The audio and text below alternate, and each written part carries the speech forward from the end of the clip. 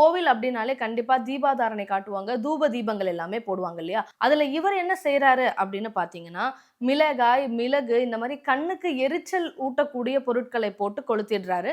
அப்படி அதிலிருந்து வரக்கூடிய புகையினால உள்ள இருக்கவங்களுடைய கண் கலங்குது, மை அழியுது. இவங்க எல்லாருக்குமே வந்து மறுபடியும் உருவம் வந்து எல்லாருக்கும் தெரிய ஆரம்பிக்கிறாங்க. இத பார்த்த அந்த ஊர் மக்களா இருக்கட்டும், காவலாளியா இருக்கட்டும், அந்த பட்டரா இருக்கட்டும் எல்லாருமே வந்து ரொம்ப ஷாக் ஆயிடுறாங்க.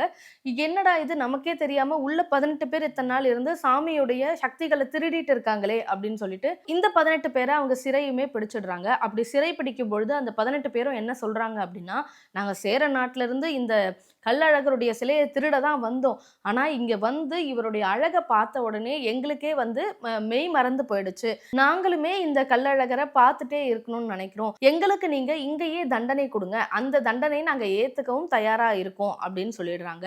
அந்த 18 பேரும் கோவில் வாசல்லயே வந்து ஜீவ சமாதி நிலையும் அடையறாங்க. இவங்க கூட ஒரு காவல் தெய்வம் வந்தார் இல்லையா? கருப்புசாமி. அந்த கருப்புசாமி என்ன சொல்றாரு அப்படின்னு பார்த்தீங்கன்னா, "இந்த கள்ளழகருடைய அழக பார்க்கும் பொழுது எனக்கு வந்து மெய் மறந்து போயிடுச்சு. இனி நான் தான் கள்ளழகருக்கு வந்து இங்க வந்து காவலா இருப்பேன்.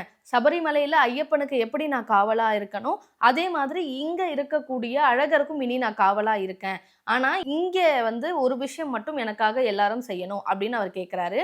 இவங்களும் என்ன அப்படின்னு கேட்கும்பொழுது, "கள்ளழகருக்கு என்ன பிரசாதம் வைக்கிறீங்களோ, அந்த பிரசாதம் எனக்கு தினமும் வைக்கணும். அவருக்கு போடக்கூடிய மாலைகள எனக்கு போடணும்." அப்படின்னு சொல்றாரு. சரின்னு அந்த கோவில் ஆட்களும் அத ஏத்துக்கிறாங்க.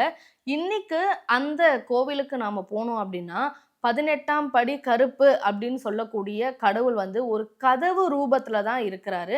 அதாவது உள்ள இருக்கக்கூடிய அழகருக்கு இவர் கதவு மூலியமா அரணா நிக்கிறாரு இன்னைக்குமே. அந்த ஜீவ சமாதி அடைந்த 18 சித்தர்களுமே வந்து அங்க 18 படிகளா இருக்காங்க. இதனால தான் இந்த கோவிலுக்கு 18ஆம் படி கருப்பு அப்படின்னு பேர் வந்தது.